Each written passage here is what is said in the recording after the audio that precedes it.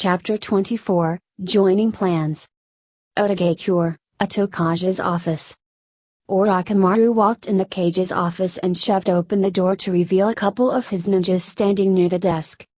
"You better have a good reason for interrupting my research," the Snake Sannin ordered as he was deeply annoyed. He was looking at some of Sasuke's cells to see that they have been drastically altered since the last time he looked at them. "Forgive the interruption, Lord Orochimaru," one of the Oto ninja said as he and the other ninja bowed towards Orochimaru, "but we have brought in someone that might interest you." The Snake Sannin looked as he then asked, "Where is your other squad member?" The other Oto ninja looked and said, "She was killed during our attempt to apprehend the subject.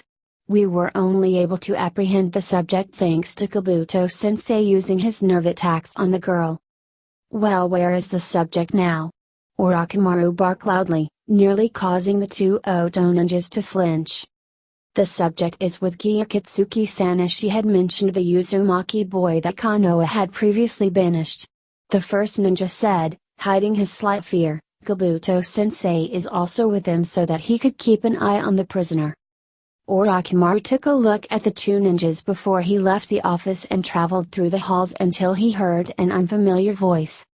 "So you're saying that you have Bloodstone's gem surgically implanted in the place of your real heart?"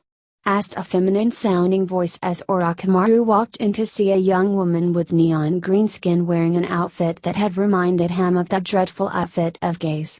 Her hair was yellow-green in some sort of square-like or triangle-like shape, while a light green visor seemed to cover her green eyes and the inverted triangle-shaped green gem that sat upon her forehead. What really caught his attention was that the woman's fingers were not directly attached to her, but instead floated around where her hands would be if she had them. "That is correct, my dear," Orochimaru said as he caught the woman's attention as well as Kabuto's and Sasuke's. "I am the one who performed the operation on him as a favor of a now deceased connection." "Lord Orochimaru," Kabuto said as he quickly kneeled before said Sannin, "please forgive me as I was about to bring her in for interrogation, but Sasuke had wanted to talk to her after she had mentioned Naruto." "So you're the one who performed such a sick and perverse tactic on Bloodstone's gem?" the woman asked with visible disgust both on her face. Kabuto quickly got to his feet and pulled a kunai out. "You will show Lord Orochimaru respect," Kabuto roared as he was about to teach the woman a lesson when Orochimaru placed a hand on his shoulder, stopping the medic in his tracks. "While I am the one who gave Sasuke his new heart," the Sannin said with a smirk, "I am however just the one who performed the act. Why killed the executioner for doing his job." "So Perry was it?" Sasuke asked as he turned his attention to the green woman before him, drawing her attention towards him now. "You mentioned that you had met a person by the name of Naruto Uzumaki, am I correct?" "You're only half correct as he goes by Naruto Gem now." Perry answered calculative, "Don't know how a creature like him came into possession of a sage's power, Ember of all sages. Wouldn't have been the same as I noted that he didn't have any form of scarring around the two gems, so Ember must have done something. Either that or Naruto Gem is Ember. Naruto is a descendant of Ember as she had formed a powerful clan known as the Uzumaki clan." Sasuke enlightened her. Period's face contorted in a look of further disgust as she said, "Ugh! I couldn't believe that she would do such things with any of this planet's inhabitants." However, Orochimaru said with a smirk, "The Uzumaki clan is nearly extinct save for whatever stragglers that are remaining, including Naruto Gem. I would love to get rid of every single one of those sick abominations," Perry said with disgust evident in her voice, somehow earning a smirk from both Orochimaru and Sasuke. "How would you like to help me in getting rid of Naruto?" Sasuke asked as his gem glowed. "We have a common goal as you and I both wish to be rid of him. Much like he disgusts you, Naruto has disgraced me by defeating me in combat before running away like a coward. I must have my vengeance against him." Sasuke then stood up and said, "Naruto had defeated us when we face him on our own, but together we can erase the stain that he is out of existence. What do you say?" Perry looked at the young boy before her as she remembered getting beaten by the crystal gems and her equipment getting destroyed by them. She also didn't know the location or the status of Jasper, but she knew that Jasper was never an easy foe to take down, as the only one who seemed to be of a real threat to her would be Rose Quartz. Or more correctly Steven, as he possesses Rose's power. Getting onto her feet, Perry looked at Sasuke carefully before she kneeled towards him. "I am yours to command," she said as she remained kneeling, "Lord Sasuke." Kanehigakure, Namikaze's estate. Naruto was in the large open space in the basement level of his house with one of the Anbu that was assigned specially to him, as this Anbu's Makoton would help keep Kurama's power in check. However, "Alright, Captain Yamato," Naruto said as he gave the unmasked Anbu a piece of paper with a drawing on it. "Think you can make something like this?" "Of course, Naruto," Yamato said before he formed a few seals and added the needed chakra. Naruto was surprised that Yamato wasn't joking about his Makoton abilities, as he created what Pearl had drawn out on the paper. Now standing before two was an arch made out of trees that was melded into the wall and was structured to match the picture. The arches were actually statues of Naruto and Amber facing each other with their fists meeting each other, forming the connecting point of the arch. "Perfect," Naruto said as he heard the sound of footsteps entering the empty room. "And just in time too." "Is this what I think it is?" Pearl asked as she looked at the wooden statues with the others' gems and Tsunade looking as well. "Yep," Naruto answered with a smirk until he saw the Godame. "What brings you here, Ba-chan?" Holding herself back with a cough, Tsunade brought out some scrolls and handed them to Naruto. Pearl, lapis, amethyst, and garnet. The selected gems opened the scrolls and applied some chakra to the seals, with Pearl helping Amethyst, to reveal 4 green vests and a forest green vest. "I am here to announce that Naruto Gem, Pearl, Amethyst, and Lapis Lazuli are now within the ranks of Chunin, while Garnet shall be given the rank of Jonin," Tsunade announced proudly. "You will be able to take on higher ranked missions, and with Garnet being a Jonin, she can take a Jonin team if she wants to." "Why don't I get a vest?" Steven asked as he felt left out. "That's because you'll be given the rank of Jonin, Steven-chan," Tsunade answered as she saw the disheartened look on said boy's face. "While you will be able to take missions, you will only be given D rank or low C rank missions under the command of a Jonin sensei, but I am willing to bend that rule a bit if you or any of the crystal gems have to leave on a mission that involves your group. Garnet is the only one out of the group that has Sannin travel rights, meaning that she can come and go at her leisure. But if anyone leaves unauthorized, then that is considered a very high-leveled crime punishable with prison time or death." Steven gulped in fright at the implication of just going out of the village on his own. "Don't worry," said Tsunade as she looked at Garnet. "Garnet here agreed to be your Jonin sensei, so you will take missions under her order along with Ebisu's team." Believing she had gotten the ordeal out, the Godame looked at the wooden arch and asked, "So what's this?" "Well," Naruto said as he crossed his arms, Ember had written down on a scroll of using her powers to create portals to different warp pads that ran on her power combined with a natural energy source. "I'm thinking that if I can do this right, I can create a portal between here and Beach City, with your permission of course, Tsunade." "That is if you get it working," Garnet bluntly said. "This is Ember we're talking about, a powerful sage that had even trained Rose Quartz and founded the Uzumaki clan."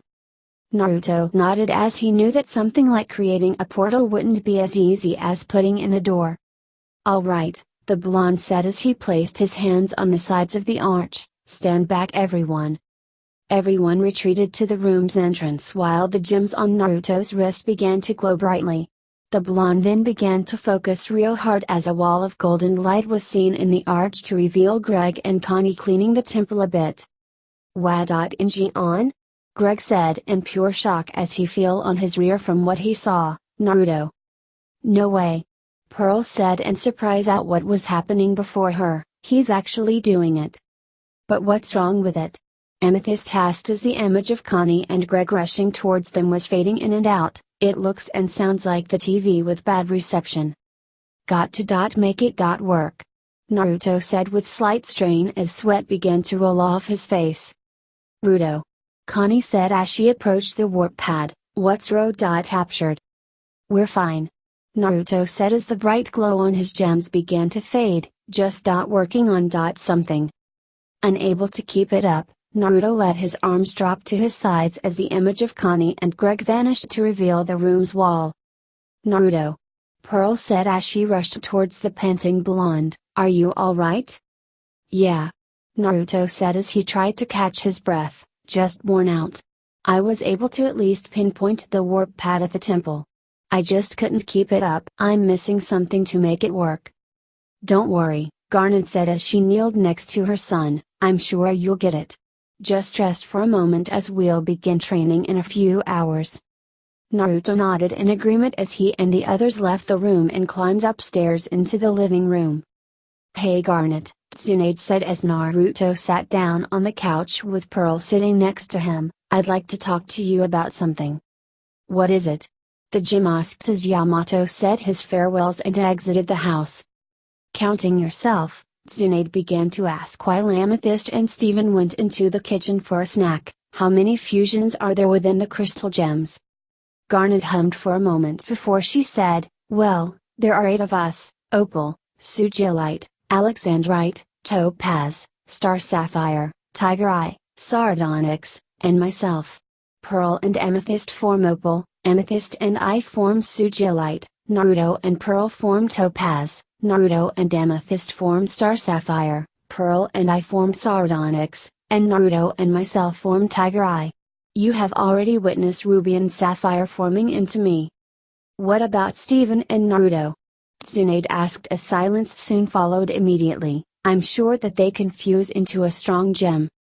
The silence was awkwardly deafening as Naruto and Pearl looked away while Amethyst and Steven entered with plates of food. "Why is everyone being quiet?" Amethyst asked with a teasing smirk. "Sounds like someone died." "I asked Garnet about gem fusions and asked if Naruto and Steven fuse into something powerful," Tsunade answered, causing Amethyst and Steven to tense up. "What's going on?" It was quiet until Naruto let out a sigh and said, "We might as well mention him because if we don't, then we'll never hear the end of it." "Mention who?" Tsunade asked as she was now even more curious than before.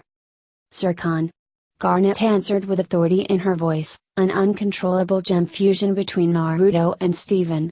He is as powerful as he is unruly. He's strong enough to toss even Sugilite around like a ragdoll," Naruto said as he tightened his fists, "and she's as huge as Gamabunta." "What?" Tsunade yelled out in pure shock at the idea of a lone person being strong enough to easily lift the boss summon for the Toads. "Yeah, and he was about a head shorter than Stevie," Pearl commented as she easily remembered the unruly fusion. "Are you saying that there's a fusion among you that could be as powerful as a Baijiu?" the Godame asked incredulously. "We really don't know," Naruto said with a serious tone in his voice, "and we don't ever aim to find out as once was enough." "What do you mean?" Tsunade asked. "If I remembered correctly, Naruto, you faced off against the Ikabi, faced down one of the 7 swordsmen of the mist, faced against Orochimaru, twice I might add, and even ran into 2 members of the Akatsuki and lived to tell each moment. Now you're saying that one little fusion scares you because he's out of control? This isn't the Naruto I know. You won't be saying that once you've been on the receiving end of Zircon's attacks." Naruto countered just as heartedly, "Steven and I lose control the moment we form him. He was such an impact that we even have a completely ludicrous law passed in Beach City that Steven and I are to never form into Zircon willingly unless Konohagakure was completely flattened by people with the same clothes, the same eyes, even the same personality straight down to the core, and all of Konoha's inhabitants are in Beach City seeking refuge." "But you're working on a portal that will take you to Beach City," Tsunade countered. "I said that Konoha had to be flattened, meaning that this house has to be destroyed as well," Naruto said as he soon got up from his seat and opened the door leading out of the house. "Now forgive me, but I think you might have overstayed your welcome, Hokage-sama." Tsunade let out a growl before she relented and walked out with the door being shut behind her. "You might have won this round," Tsunade said with determination in her eyes, "but I will get you and Steven to form Zircon."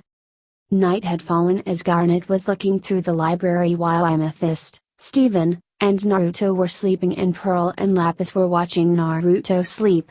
She had done some training on her own a while ago in the basement as to not disturb Naruto or Steven. It was a normal night for the Red Gem.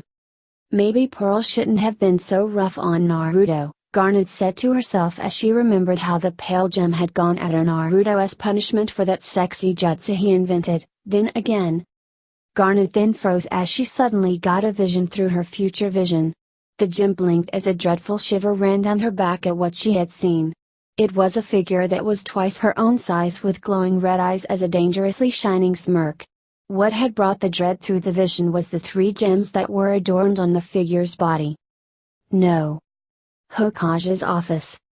The next day showed Tsunade sitting at her desk with Asuma, Jiraiya, Kurenai, Gai, and Kakashi, who was being supported by Yamato and Shizune, standing before her.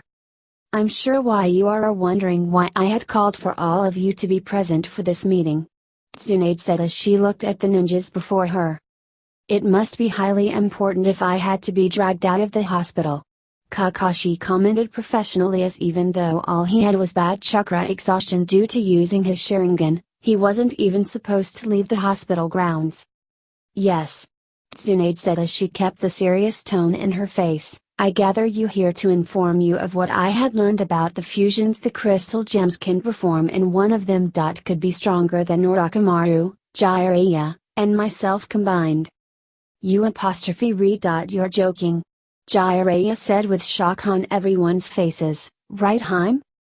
Tsunade remained silent until she said, "I wish I was. I learned of a fusion that goes by the name of Zircon formed by Naruto Gem and Steven Universe. From what I was told, they had only performed this fusion once, and Zircon is strong enough to toss another gem fusion that is the size of Gamabunta around like a ragdoll." Despite years of keeping in, emotions reigned, everyone let out gasps of shock at such an idea. "Bunta told me about how he faced Sujilite," Jiraiya said as he remembered the Toad telling him about that day, "but this Zircon character can easily toss her around just like that?" "That is what's been revealed to me," Tsunade said as she laced her fingers. "However, because of that one moment when they first formed Zircon, Naruto and Steven both refused to fuse into him, as I have asked them this morning when they arrived for mission, and even some time before this meeting as the other gems interfere, mostly Garnet. We need to find out just how powerful this Zircon is," Tsunade continued as she lightly smirked, "and I have a plan. We'll send Garnet and Pearl out on a false mission while sending Lapis out on a message delivery to Suno, with Captain Yamato going with her as to not arouse suspicion. We can easily have someone distract Amethyst long enough for us to convince Naruto and Steven to form Zircon and keep them controlled long enough for us to get enough data." "I'm not sure about this," Gai said as he had an uncomfortable look on his face. "We're forcing Naruto and Steven to do something that they refuse to do." "While I'm with Gai on this," Kurenai added in, "but we may need to do this should there be a circumstance that requires such a warrior as Zircon. That is, if he's as powerful as they say he is." "That's right," Tsunade then added, "but even if Naruto and Steven can't control him, we can have Kurenai use a genjutsu on Zircon to fool him into fighting Kisame. Once we gathered the data we need, all we have to do is get Zircon to reform back into Naruto and Steven. We will need all teams and senses, so I'm going to have Kakashi take a couple of soldier pills to help with his recovery, as we need to do this tomorrow without any hesitation." "This all sounds easier said than done," Kakashi said as he adjusted himself. "What if we can't control Zircon, even with a genjutsu placed on him?" "That's less than likely, as no being is immune to genjutsus, as even puppets are affected by them, and I will have a few squads of Anbu waiting to jump in," Tsunade said with a confident smirk. "This plan is foolproof. Everyone is dismissed." Everyone left as the Godame let out a sigh as she said, "I'm sorry Naruto, but we really need to do this." Forest. Team Gai were in the forest as Gai had explained the situation to his students. "Are we really going to do this to Naruto and Steven-kun?" Tingen asked with doubt about the idea. "I mean, they sounded pretty adamant about not forming Zircon." "I actually think that it is a good idea," Nuchai said as he crossed his arms, While I don't like the idea myself, we really do need to see if Zircon is as strong as the crystal gems claim him to be. Tsunade already has plans for Garnet, Pearl, and Lapis, as all we need is someone to distract Amethyst long enough to get the information we need. Gay said as a gleam formed in Tintin's eyes. I think Lee should take care of Amethyst. The young Kunoichi said, getting a shocked look from her teammate. I'm not going to do this, as it is unyouthful to force anyone to do something that they absolutely refuse to do. Lee stated as he took a stance. Lee, Gay said as he got his students' attention, there are times where we have to perform acts that go against our beliefs, as it could be a matter of life or death. What if there comes a time where we do need someone that is powerful enough to easily lift a boss summon like Gamabunto without effort? Tintin then leaned near Lee's left ear and whispered, you can also get to know Amethyst more and let her know more about you. Lee fought the blush that was forming lightly on his cheeks at the idea his teammate had given him. He wanted to get to know the purple gem more, but he didn't want to be deceitful about it. But he also knew that this might be the only moment to have a chance at romance, as no girl would ever date a guy like him. Lee lowered his head in shame as he then said, I'll do it. Gay placed a hand on his student's shoulder and said, I truly am sorry about this, Lee, I really am. After we learn more about Zircon, you and I both shall run 1,000 laps around Konoha as punishment. Lee said nothing as his sensei dismissed the team so that they could be ready. Hokage's office. The day of Tsunade's plan had quickly arrived as Garnet, Pearl, and Lapis were standing before the Godame as they were summoned into her office. I have couple missions for you three to complete, Tsunade said as she gave Garnet and Lapis separate scrolls. Garnet and Pearl are to investigate a mining village, as there had been reports of a creature rampaging through the mines, making it difficult for the workers there. Lapis Lazuli is to go to Sunagakure with Captain Yamato and deliver a message of high importance to the Kazekage, Gaara. The blonde then turned towards Garnet and said, Naruto has already explained to me about the deal between you and him involving Lapis, and I will let you know that Yamato will report everything Lapis does, and I will let you look at those reports. Garnet stood with an uncomfortable silence before she said, agreed, but only if you hold on to your end of the deal. Of course. Tsunade said with a nod, you're dismissed. Pearl and Lapis left as Garnet gave the Godame a long look before leaving herself. After waiting a moment to be sure that the gems left, Tsunade then said to herself, time to put this plan into motion. Namike's estate. Lee had just approached the estate and hesitantly knocked on the door just loud enough to be heard.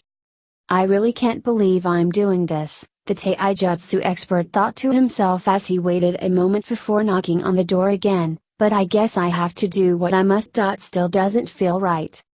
The door opened to reveal Amethyst as the gym said, oh hey Lee. You just missed Garnet. If you were looking for a good sparring partner, I tell ya, she can really send anyone running after one fight with her. I actually wanted to know if, Lee began as he was a bit nervous about the question he had in mind, if you'd like to go out and explore Konoha some more. I mean. What better person to show you the place that no one else knows about? We can even visit my dojo, or. You have a dojo. Amethyst cheered with glee as she dashed out of the house and began to run through the village after grabbing Lee's hand. You have to show me. Lee did his best to hold on as he was accidentally dragged across the ground while a thought had entered his mind. Please forgive me. Hey guys, what's going on? Thank you so much for watching today's episode. If you guys want to watch more like it, please subscribe to my channel and become part of the video game fanfiction plot. And please leave a comment down below and hit that like button. If you guys have any suggestions on any stories you guys want me to read, don't hesitate. They're always welcome here in the video game fanfic plot. That also goes for video games. Until next time, goodbye!